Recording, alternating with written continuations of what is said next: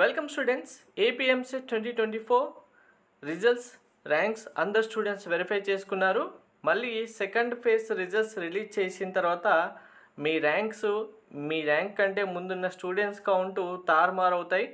మీరు ఇప్పుడు వచ్చిన ర్యాంకే నా ర్యాంకు ఇంకా ఫైనల్ అని మీరు అనుకోకుండా ఉండాలి కన్ఫర్మ్గా.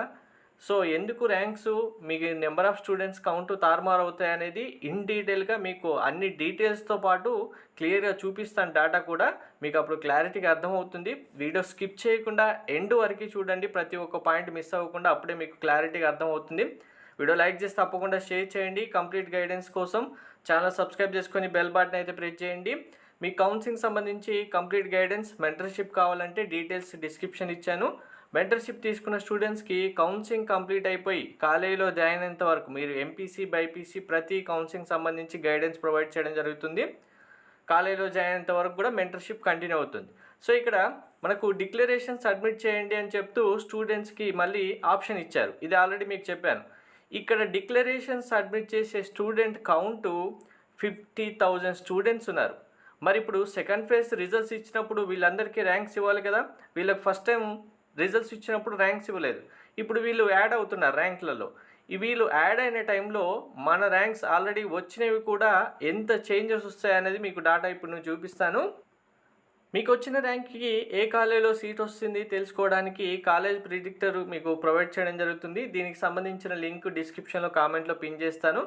మీ ర్యాంక్ మీ కేటగిరీ సెలెక్ట్ చేసుకొని మీకు ఏ డిస్ట్రిక్ట్స్ కావాలనేది సెలెక్ట్ చేసుకొని బ్రాంచెస్ ఏవి ఇంట్రెస్ట్ ఉన్నాయని సెలెక్ట్ చేసుకుంటే ఆటోమేటిక్గా మీకు జస్ట్ మీ డీటెయిల్స్ ఎంటర్ చేయమని వస్తుంది. డీటెయిల్స్ ఎంటర్ చేసిన తర్వాత మీ ర్యాంక్ బేస్ చేసుకొని ఇలా మీకు ఏ డిస్ట్రిక్ట్లో ఏ బ్రాంచ్లో సీట్ వస్తుంది అనేది క్లారిటీగా అన్నీ మీకు కాలేజ్ లిస్ట్ రావడం జరుగుతుంది. ఇలా ర్యాంక్ ప్రిడిక్టర్ ద్వారా మీ కాలేజ్ ప్రిడిక్టర్ యూజ్ చేసుకొని మీ ర్యాంక్ బేస్ చేసుకొని వచ్చే కాలేజ్ వెరిఫై చేసుకోండి.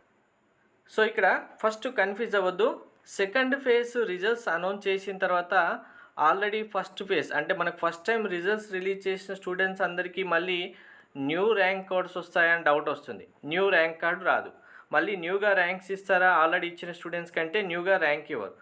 మీ ర్యాంకు యాజ్ టీజ్గా అలానే ఉంటుంది. కానీ ఇప్పుడు సెకండ్ ఫేజ్ రిజల్ట్స్ ఇచ్చే స్టూడెంట్స్ అందరికీ వాళ్ళకి రావాల్సిన ర్యాంక్ ఏదైతే ఉంటుందో, మీకు ఆల్రెడీ ఇప్పుడు 520 ర్యాంక్ వచ్చిందనుకోండి.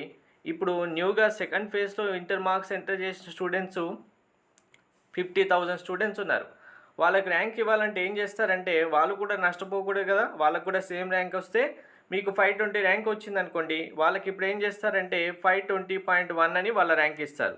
సో ఇలా ప్రతి ఒక్క స్టూడెంట్కి వాళ్ళకు రావాల్సిన ర్యాంక్ దగ్గర ఇలా 0.1 యాడ్ చేసి వాళ్ళ ర్యాంక్స్ ఇవ్వడం జరుగుతుంది. ఇలా ఎంతమంది స్టూడెంట్స్ ఉన్నారు మీకు ఇప్పుడు అంటే 50,000 స్టూడెంట్స్ ఉన్నారు ర్యాంక్ ఇవ్వాల్సింది.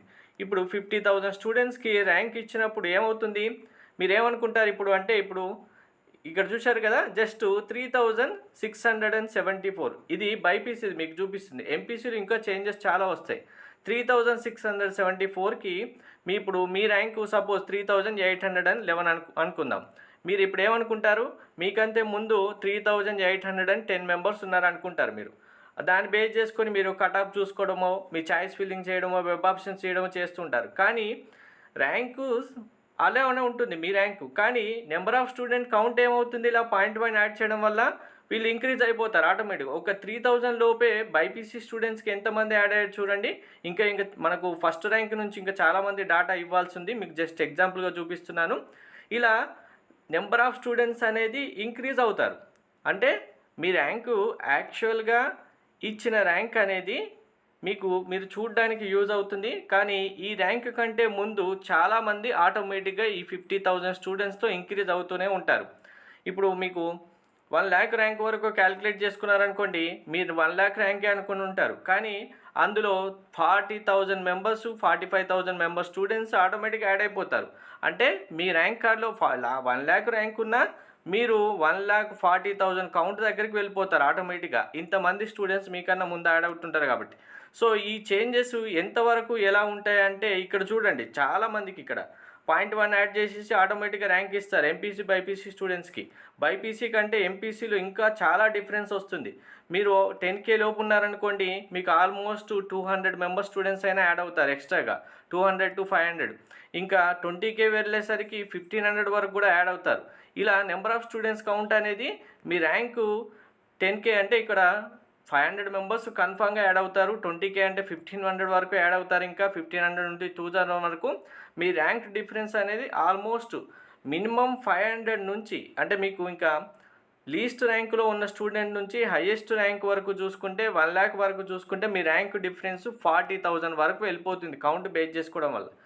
సో అసలు యాక్చువల్గా రిజల్ట్స్ ఎలా ఇవ్వాలి, స్టూడెంట్స్ అందరికీ ఇంత డిసప్పాయింట్ అవ్వకుండా ఉండాలి, ఇంత ర్యాంక్ వచ్చినా కానీ మళ్ళీ ఇంతమంది యాడ్ అవుతున్నారంటే అందరికీ ఇంటర్ మార్క్స్ ఫస్ట్ ఒకసారి తీసుకొని అందరి వాళ్ళ మార్క్స్ యాడ్ చేసిన తర్వాత ఫైనల్గా రిజల్ట్స్ ఇస్తే ఇలా 0.1 అని యాడ్ చేయకుండా ఉంటే కన్ఫామ్గా ఎవరికి ఎంత కౌంట్ వచ్చింది, నా ముందు ఎంతమంది స్టూడెంట్స్ ఉన్నారని అర్థమయ్యేది. దీనివల్ల ఇప్పుడు ఏమవుతుందంటే ర్యాంకు చూసేసుకుంటారు, చాలామంది స్టూడెంట్స్ లాస్ట్ ఇయర్ ఇలానే నష్టపోయారు.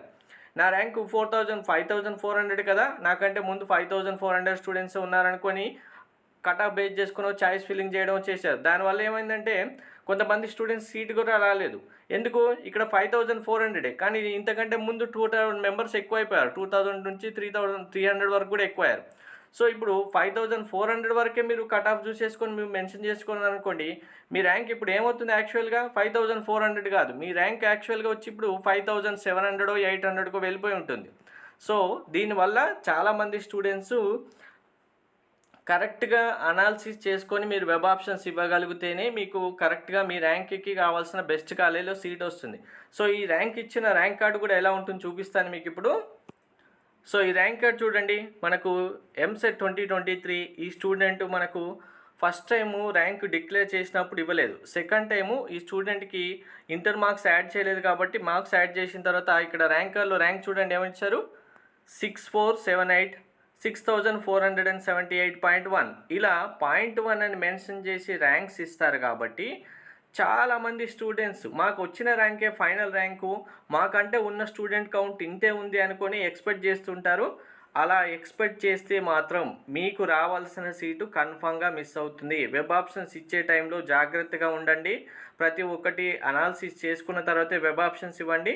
మీకు వెబ్ ఆప్షన్స్ ప్రియారిటీ లిస్టు మెంటర్షిప్లో జాయిన్ అయితే ఇవ్వడం జరుగుతుంది. మెంటర్షిప్ కావాలనుకున్న స్టూడెంట్స్ మీకు డిస్క్రిప్షన్లో డీటెయిల్స్ ఇవ్వడం జరిగింది. పేమెంట్ చేసిన తర్వాత వాట్సాప్కి స్క్రీన్ షాట్ పంపిస్తే మెంటర్షిప్లో మేము జాయిన్ చేయడం జరుగుతుంది. మీకు కౌన్సిలింగ్ కంప్లీట్ అయిపోయి కాలేజీలో జాయిన్ అయ్యేంత వరకు కంప్లీట్ గైడెన్స్ ప్రొవైడ్ చేయడం జరుగుతుంది. మీకు వచ్చిన ర్యాంకే కాదు, న్యూగా సెకండ్ ఫేజ్ రిజల్ట్స్ ఇంకా థర్డ్ ఫేజ్ రిజల్ట్స్ కూడా వస్తుంది. ఆ ర్యాంక్స్ వచ్చిన తర్వాత నెంబర్ ఆఫ్ స్టూడెంట్స్ కౌంట్ ఎంత ఇంక్రీజ్ అవుతుంది, ఆ ఇంక్రీజ్ అయిన కౌంట్ బేస్ చేసుకొని మీ ర్యాంకులో ఎంత చేంజెస్ వస్తాయి, ఇవన్నీ అనాలిసిస్ చేసిన తర్వాత మీకు ప్రియారిటీ లిస్టు కౌన్సిలింగ్ మీరు వెబ్ ఆప్షన్స్ ఇచ్చే టైంలో ఇవ్వడం జరుగుతుంది. Thank you.